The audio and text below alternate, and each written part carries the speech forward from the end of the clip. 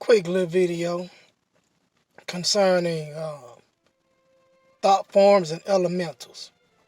I already did videos on this, but this one was requested, so I'm gonna just touch on it again. A thought form. Thought forms are fourth dimensional entities that have been accumulated by a person using so much concentration on a specific thought to the point to where they have given it so much energy that it forms up ectoplasm.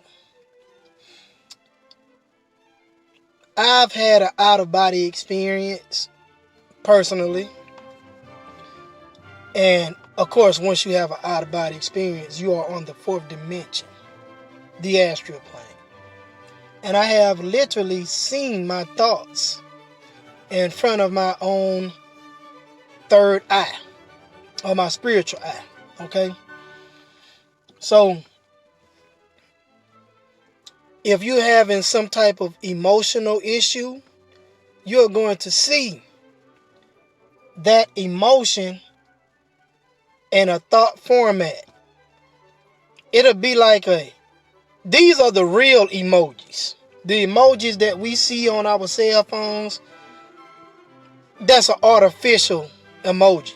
Real emojis are real deal thought forms. Okay? And these thought forms can torment you.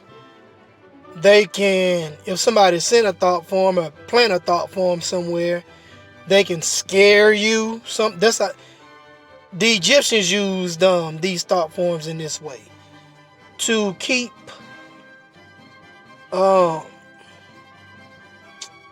intruders away from certain mummies that were put up under suspended animation, or certain bodies that were put up under suspended animation, and even certain mummies and just certain tombs that were put up under or mummified or put up under suspended animation.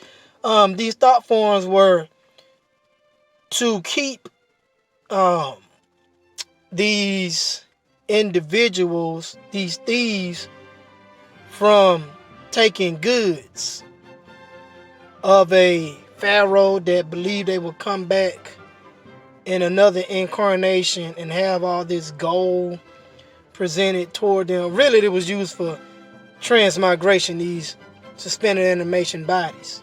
But these thought forms were left there to keep these individuals that were to rob these tombs. So, just like once a person has built up a thought form so much and has given it so much energy, see, these thought forms build and pick up energy from other thoughts that are closely related to the thought that came from the original sender or creator of it. So this is how a thought form builds and becomes a elemental. So you can create a thought form but weaken it by not giving it enough energy. But once you give it so much energy, it becomes its own entity to itself and becomes an elemental. And these are like a lot of these gods that exist on the fourth dimension, or some even on the fifth dimension now. They've risen even above the fourth. But these elementals have become their own entity, and they have become deities because so many people, after giving something so much energy, it becomes its own entity then, and then it becomes an elemental. And the majority of the deities that people are praying to outside of themselves are actually elementals.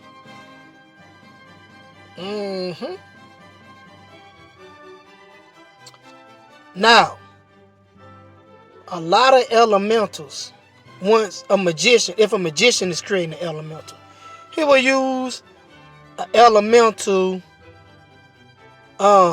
for good or bad purposes. Just like thought forms can be used for good or bad.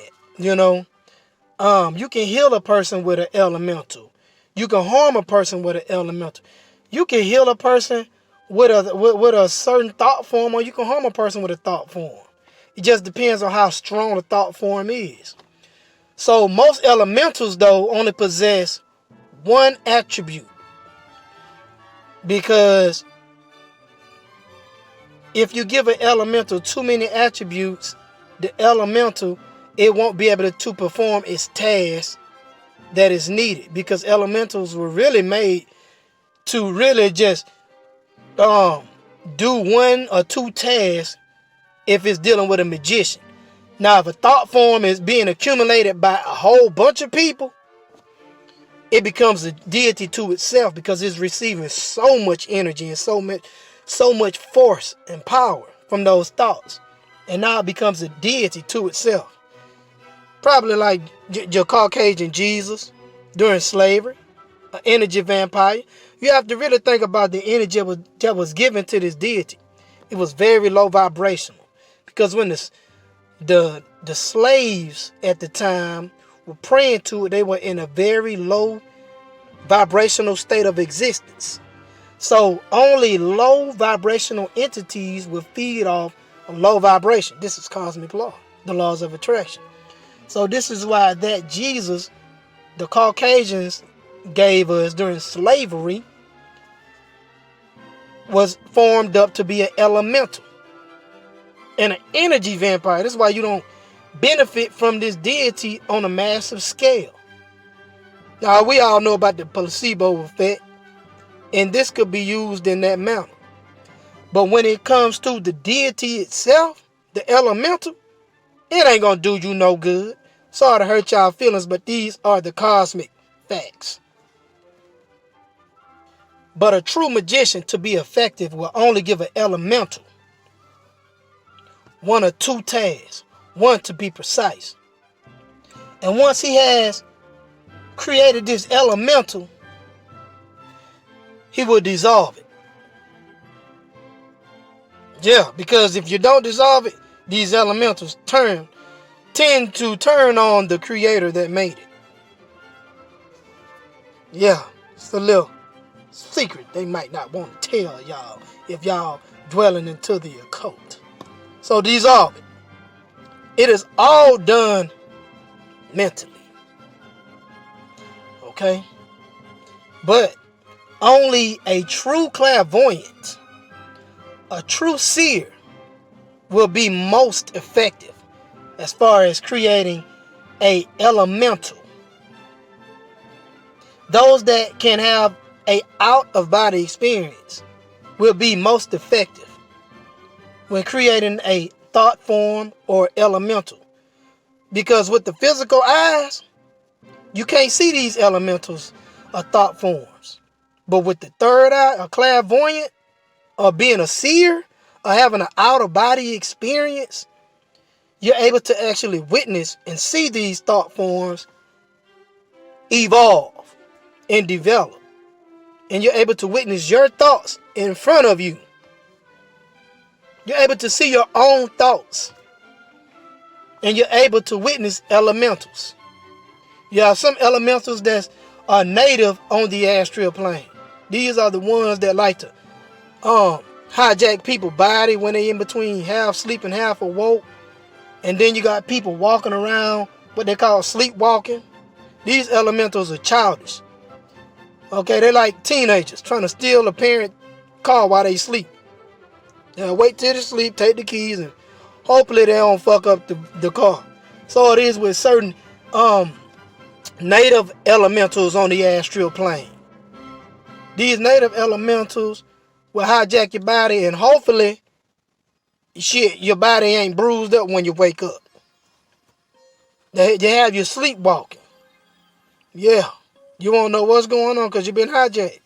So watch where you vibrate at, so these deities, entities, won't take your body and just handle it like any type of vehicle there is on the lot. Okay? Because that's what your body is a vehicle. So be careful how you vibrate. what type of energy you send out. Because words don't mean shit unless it has a certain feeling behind it. When it comes to the astral plane, accumulating a thought form, it has to have a desire behind it in order to create these entities. It has to have a force behind it, a strong intention behind it in order for these, or better yet, a strong willpower in order for these entities to be accumulated and formed up. So if you don't know what you're doing, it's not going to happen for you. You know, these are the things that separate the spiritual realm from the physical realm. Okay, these are the things that separate the astral body from the physical body. The knowing how to use what component that you truly possess. You can't even astral travel thinking you in the physical body. The components don't work the same way.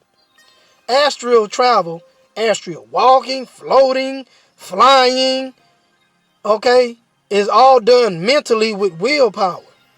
You have to have the desire to do it. Okay, it's not like the human body. It don't operate like that. It's a different vehicle. Different component. Anyway, I hope y'all learned something from this video. I don't want to make it too long. I got groceries in the car. Got to get my ass back in here so they won't go bad. Until then, y'all be blessed. Peace. Wait a minute, ain't over yet. Also, you can make an elemental and put it inside of an object. You could put it, you could hide one inside the wall. It's up to you, depending on what type of elemental it is. Certain elementals that are created, that are used for protection, you can hide inside of a wall. And if somebody that is an enemy of yours or an intruder breaks in, and that elemental is still inside that wall, they are going to feel very uneased. Okay, they're going to feel very unwanted when they walk in now. So these are the ways these elementals can be used. You know, our ancient ancestors, they used to invoke demons or daemons into statues that they built in homage for the gods, or I would say Anunnaki. And they would invoke sometimes daemons, sometimes elementals inside these objects. This is another way as far as it goes when it comes to the genie in the lantern. Nah. Sometimes it's elementals also in certain objects or the lantern. But it just depends on what the magician or a person is trying to achieve, you know. But anyway, I advise anybody, if they're dwelling into the field of the occult, to dissolve or give a set timer to the elemental, talk to the elemental, let the elemental know that after its task has been achieved, to go back to the source of light from which it came, okay? So that it won't turn on you, you know? Program the elemental, give it a set timer of its existence. Also, make sure you give the elemental a name, because the elemental cannot exist without a name. I don't give a fuck what nobody say. Okay? And also, what else I need to tell y'all? Go read the book Initiations into the Hermetics by Franz Bardon. Teach you exactly how to do the shit, step by step. Because I really don't want to say that I really don't want to give that type of information in full detail on how it was done, so I left out a few snippets. Because I don't want nobody saying, I taught them how to do that shit and they didn't hurt somebody. Because people, people do dumb shit. So, if you want the full entire disclosure on it, just go read Initiations into the Hermetics by Franz Bardon. And he'll tell you exactly how to do it step by step. I know how to do the shit step by step, but I'm not going to give it all. Because y'all ain't finna say shit about y'all got it from me. I don't think so. If anything you got it from somebody else out of the book, not me. But yeah, after a person has made an elemental, they can invoke it inside of an amulet, a charm, or what we call today a fetish. Well, what they call back in the day a fetish. Because a fetish, what we call today a fetish, is not a fucking fetish. A fetish is an enchanted amulet. Okay? That's a fetish. Today, the word fetish has been totally perverted. Totally perverted. It's not the real meaning of the word fetish today. Today, people say a fetish is something that you desire, even sexually, or just a desire, or something that you just really, really got an appeal for. But that's not the true meaning of a fetish. Fetish, again, is an enchanted amulet. Enchanted with supernatural abilities based off what has been invoked in it. Okay? Anyway, hope y'all learned something from this video. If not, just go read the book. Initiations into the Hermetics by Franz Bardon. Until then, may the force be with you. Peace.